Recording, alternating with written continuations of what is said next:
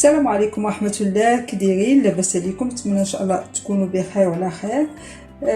قبل ما نبدا الفيديو ديالي كنبغي نشكر جميع الاخوات والاخوه اللي انضموا للقناه ديالي وكيشجعوني وكيشكروني، بارك الله فيهم. هذا يبدو جليا في التعاليق ديالهم. مرحبا بكم. دونك اليوم ان شاء الله جبت لكم واحد اون طارت فرانجيبان. بالنسبه لهاد لي طارت غنحتاجو اولا المقادير ديال الكريميه الاولى اللي غنحضرو. غنحتاجو 100 غرام ديال الزبده، 100 غرام سنيده، 30 غرام ديال مايزينا، عندنا بودره ديال اللوز هي 100 غرام. يعني بالنسبه للوز والسنيده والزبده نفس المقادير، وعندنا بطبيعه الحال جبيضات.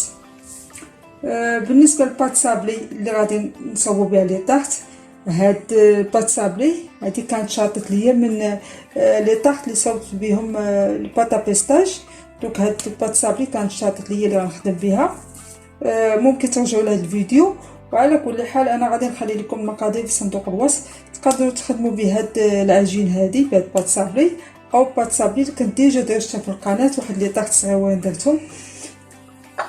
دونك اول حاجه غنبداو بها البنات هي تحضير اون كريم فرانجيبان. داكوغ، الزبده ديالنا غنضيفوا ليها سنيده، نديرو كلشي كيطرب.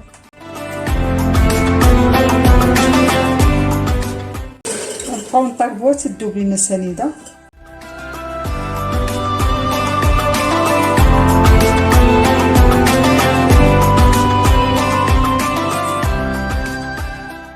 هنا غنضيفو بيضه نديرو البيضه الاولى،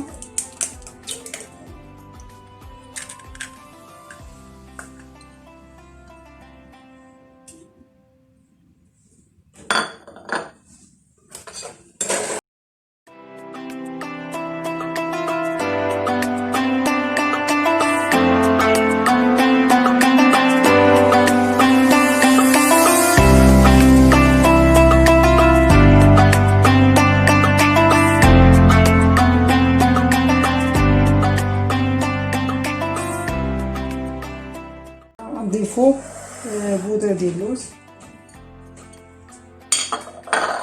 ومايزينا. غنكملو التطراب ديالنا.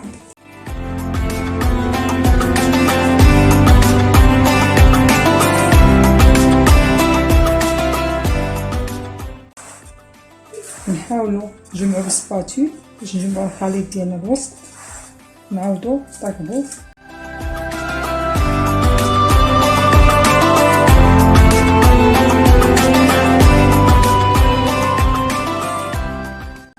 دابا غنجمعوا الكريمه ديالنا.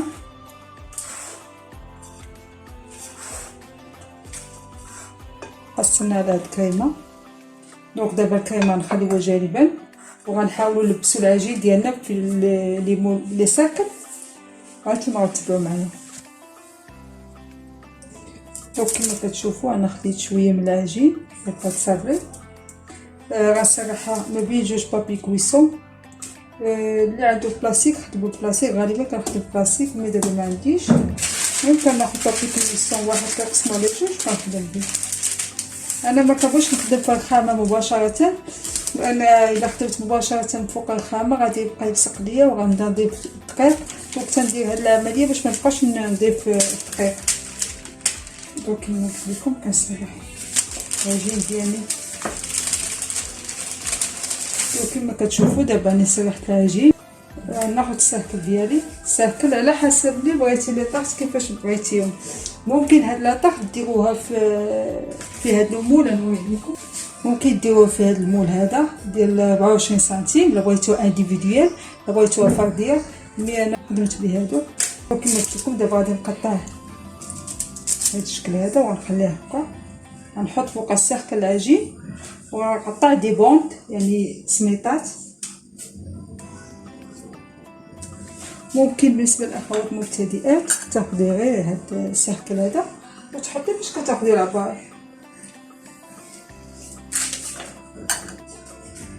انا تنقطع عشوائيا.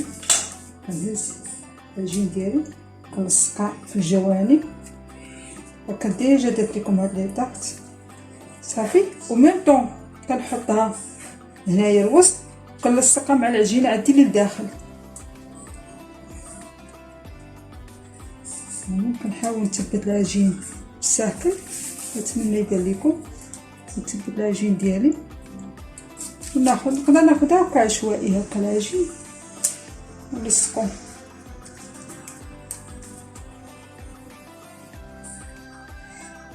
صافي. كناخذ الموس بالمقلوب، يعني كنقلب الموس كندير هذا الشكل هذا شي كتقطع.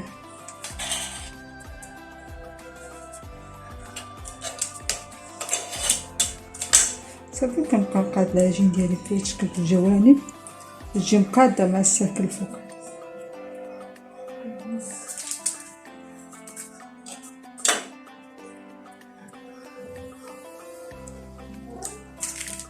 هاهي لصقات شفتو من الجناب مقاده.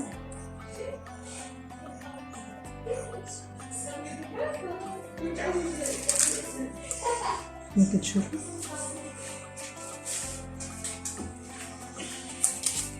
وكنعاود العجين صافي. العجين كتصابلي كتخدموها بحال هكا ديروها بحال هكا باش متعاودوش تركوه. نزيد شويه من العجين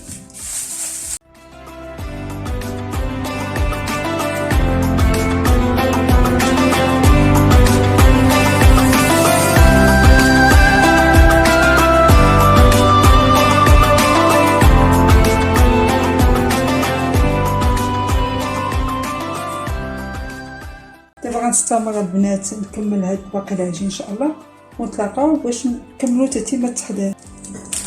دونك كما كتشوفوا دابا الكريمه بعد ما لبست ليمون ديالي بالعجين، دابا غنحاول ناخذ هاد البوش هذا نعمرو بهاد الكريمه ديال الزبده.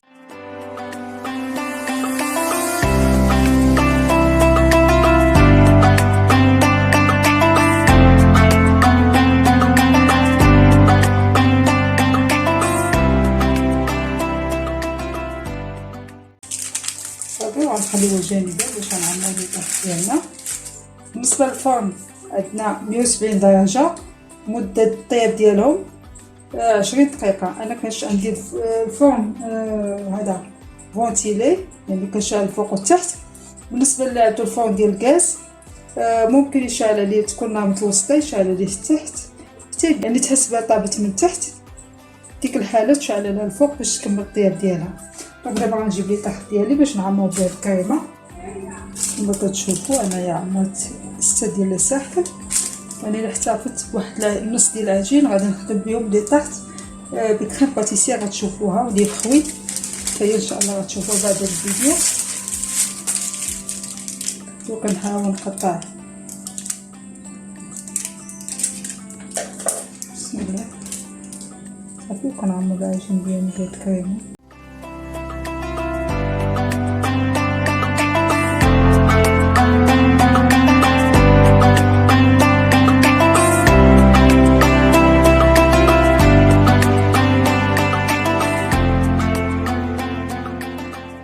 نحاول نخبطو الكريمه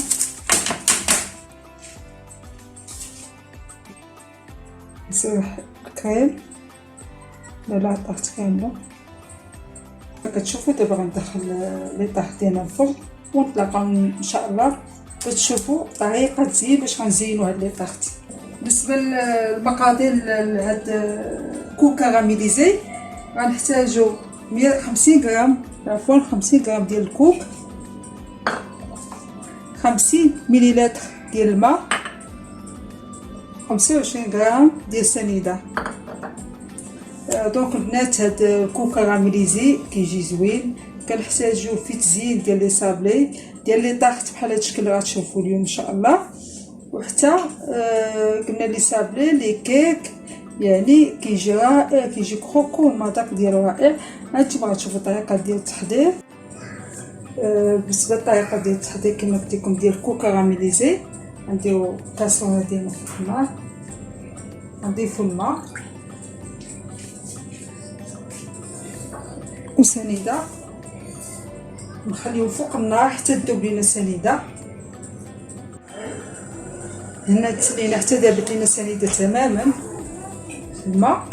في هذه الحاله غنضيف الكوك ديالنا ونحاولوا نحركو حتى يتلبس لينا داك الكوك كله بالسيرو اللي صوبنا. تعرفوا ان الكوك كيشرب دغيا.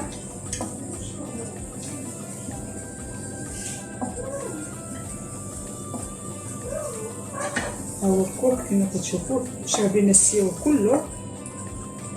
في هذه الحاله غنسرحوه في لاطا بابي كويسون وندخلوه الفران تحمر على نار مهيله حتى تحمر لينا وتكراميليزا، ونتلاقاو باش تشوفوا الشكل النهائي ديال الكوك كراميليزي وديال لي طارت. دونك كما كتشوفوا البنات هاد لي طارت تحمروا من الجناب، كتشوفوا الشكل ديالهم.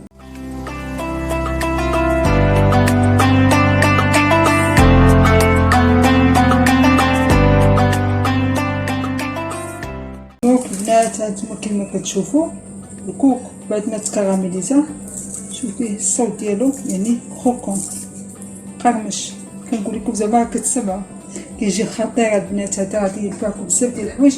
انا اصلا بالنسبه تزيين ممكن تزيني بلوس ايفيلي، ولا كنتعمد ندير لكم هاد الكوك كراميليزي باش نتوما تستافدوا منه، يعني ديروا بزاف ديال الحوايج.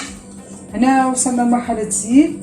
بالنسبه للتزيين ديال هاد لي طارت كريم فرونجيبان، اما كندهنوا بالناباج وكنديروا هاد الكوك كراميليزي. بالنسبه لي انا ما عنديش ناباج، غير ناباج بين قوسين البنات الا بغيتو تدهنوا به ضروري تسخنوه. دونك انا عندي هنا كونفيتور غادي ندهن به من الفوق.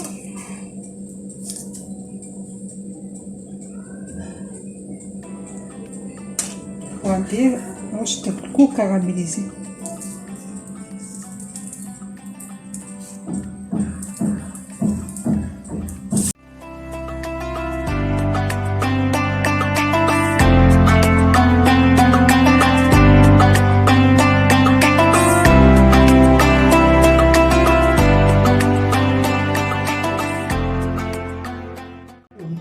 هذا هو الشكل النهائي ديال لي طارت بكريم فرونجيبان. نتمنى ان شاء الله انهم ينالوا الاستحسان ديالكم ولا عجبكم. بارطاجيوه مع العائله باش تعم الفائده. كما كتشوفوا البنات هذا انا قسمته كما كتشوفوا. شوفوا الكريمه ديال فرونجيبان كتجي رائعه البنات. نتمنى ان شاء الله انكم تجربوهم. واللايكات ما تنساوناش باللايكات وتفعيل الجرس. والسلام عليكم ورحمه الله وبركاته، وبالصحه والراحه.